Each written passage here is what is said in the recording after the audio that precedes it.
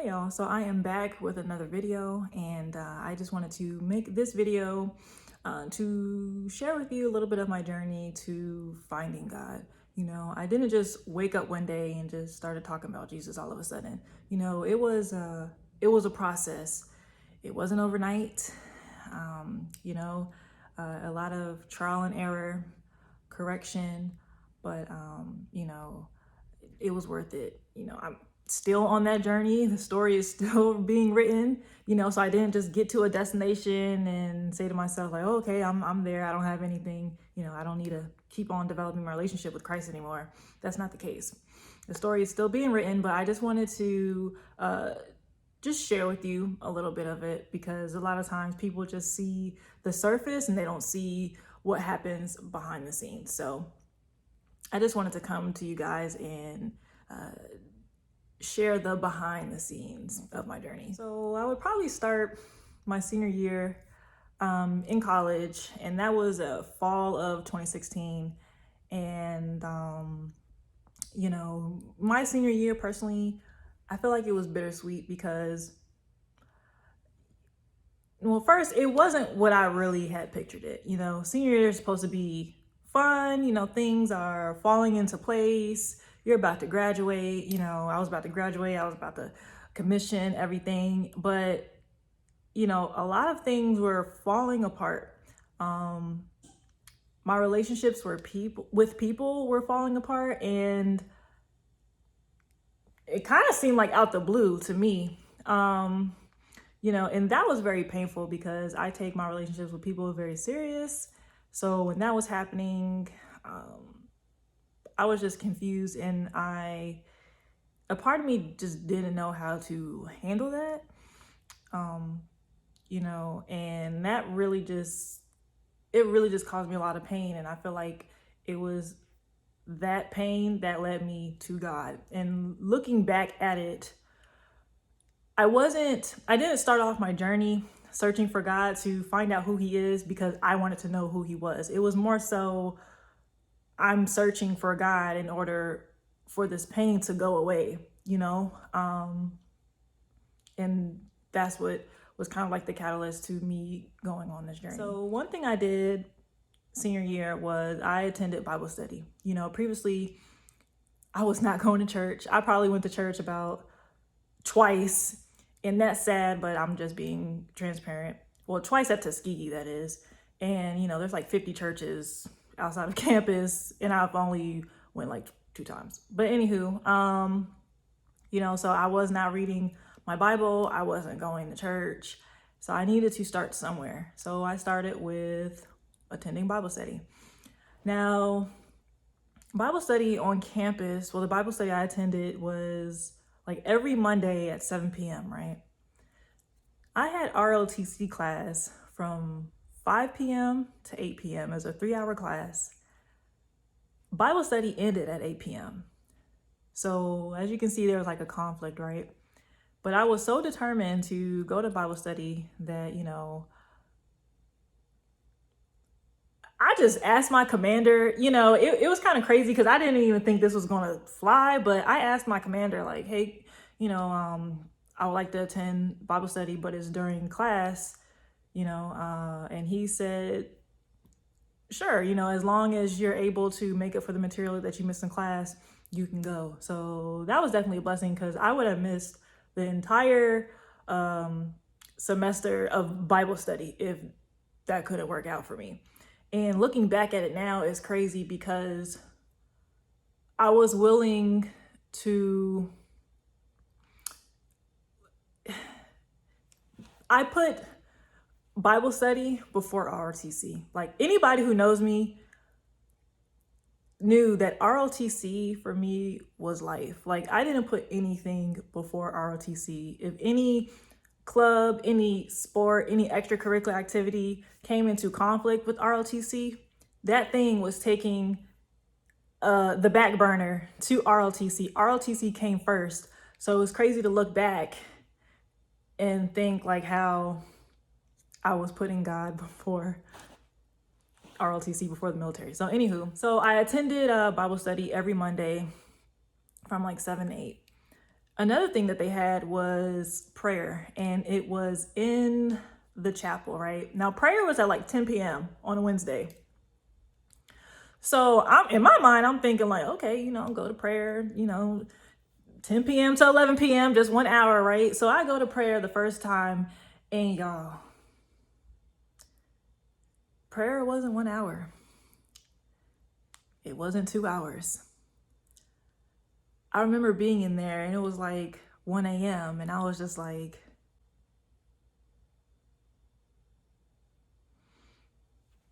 y'all know what time it is. Like, y'all don't got class in the morning? Y'all gonna wrap this up, yeah. Sometimes I would go to prayer, and I would just be there like talking to God, like how I'm talking to y'all. Or sometimes I would just use that time to just cry. Because a part of me felt like I had to put on, not be fake, but like put on like a facade. Like I'm not about to be breaking down, crying all over campus and stuff like that. And I was in ROTC, so I don't know. I had to put like my personal, issues to the side. And that was just really hard, especially like what I was going through. It was just kind of hard to navigate through those emotions. So prayer was like my time to really just talk to God and just tell him like how I'm feeling about what's going on, just everything that's going on in my life. And it was very like therapeutic for me. I definitely will say that. So I attended prayer every Wednesday from like 10 p.m. to like 2 a.m. Sometimes it would end at like 3. And after prayer, I would go back to my dorm, go to sleep, wake up at 5 a.m. So I would go to my dorm at like 3 a.m., wake up at 5 a.m. to get to PT at 6 a.m. Yes. So yeah, that took that took a lot of discipline, because boy, when I hit that bed, I did not want to get back up in like 2 hours. But hey, I had to do what I had to do, right? Another thing that I did was I attended church with like the same group that I was with. And the thing about this was the church wasn't located anywhere near Tuskegee, let alone the state of Alabama. The church was actually outside of Atlanta. So on Sundays, I would get up at like 5 a.m. and get ready to carpool at 6 a.m. and head to Atlanta for church service. Attend church service, eat after church, and then drive back to Tuskegee in order to get ready for the following week. And I would do it all over again. Go to Bible study, go to prayer, then go to church that Sunday. Sometimes I would just spend the weekend up there, so I'm not waking up early on Sundays. But yep, I did that my entire senior year. And looking back on it now, I feel like it was just kind of a foundation for me, because I went from not going to church at all, not opening up my Bible at all, to doing that. So I needed some kind of foundation, right? I needed to start somewhere. And I was very disciplined. I was kind of on a schedule, if you will. And I'm very grateful for that, because I feel like that's what I needed in my next season. And it's crazy, because I will say this, it was Sunday, the week before graduation. Like that Saturday, it was graduation. And it was after church, and I was just sitting there, and the pastor's wife came over and was like, "What's wrong?" And I was just like,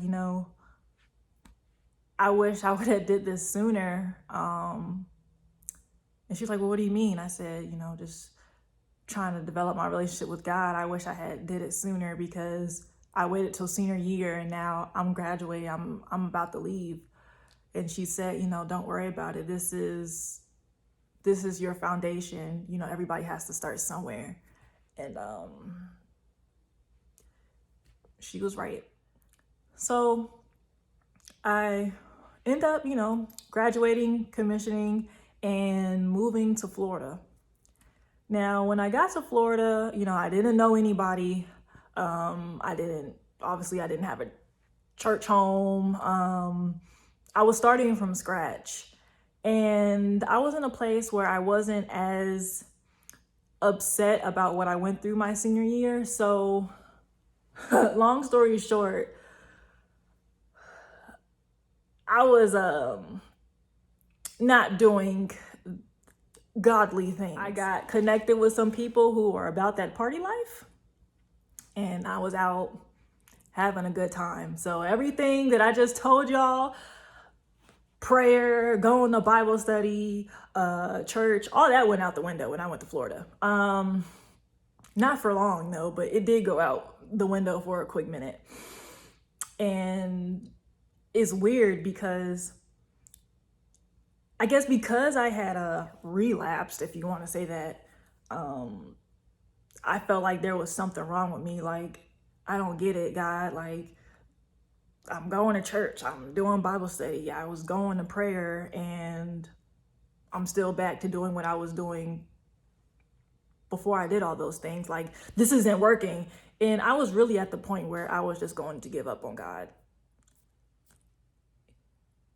And looking back at it, that sounds kind of crazy. Like, God didn't tell me to go out here and start getting lit. You know, that was my decision to do that. But yet I was wanting to give up on him because I felt like it didn't work. Not realizing that it takes more than just doing those things in order to develop your relationship with Christ. I didn't know that at the time, but that was my mindset. And I was honestly about to give up on God until I came up with this bright idea of, you know, before I give up on God, let me actually read the Bible for myself. Because until then, I was really just looking at scriptures that, you know, like the pastor would talk about, or scriptures that were brought up in Bible study. And after that, my Bible would be closed. Like, I wouldn't do my own reading for myself. So I was like, you know what, before I give up on God, let me read the Bible, right? And, you know, so I ended up doing that. Long story short, I found out who I was in the Bible. There might be a couple of videos I do in regards to that. But it was me finding out who I was in the Bible that jump-started this entire journey of me even seeking my discharge out of the military. Like, that is probably the missing piece of this entire puzzle. And ever since then, I've been developing my relationship with Christ. And I wanted to mention this one thing too. The summer of 2018, I wanted to get baptized. And at that time, I was attending this church. And one thing that I was doing was for a few months prior to me seeking to get baptized, the Sabbath day to me was set apart, right? Every Saturday, I would get up and I would fast the entire day, and I would drink water and read scripture. I did that consistently for a few months straight until I got baptized, right? And let me tell you, fasting,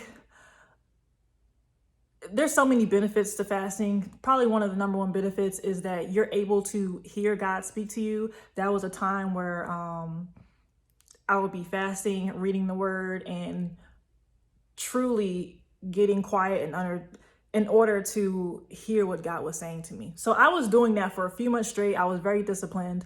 That meant giving up, going to the club, getting lit, whatever. I was in my word. I went to the pastor of the church and said, hey, pastor, you know, I want to get baptized. I've never got baptized before. And I wanted to get baptized on the Sabbath. Saturday.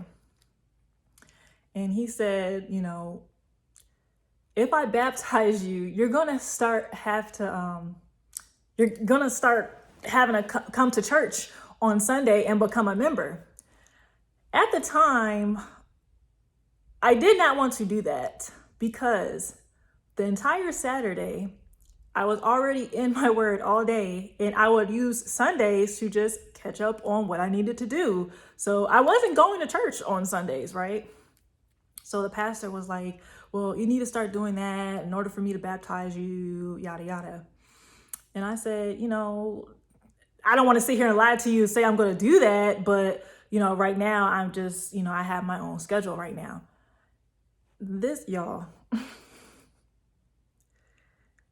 this man said, you need to come back. No, you need to do more research, study up some more, and you need to come back and see me in order for me to baptize you.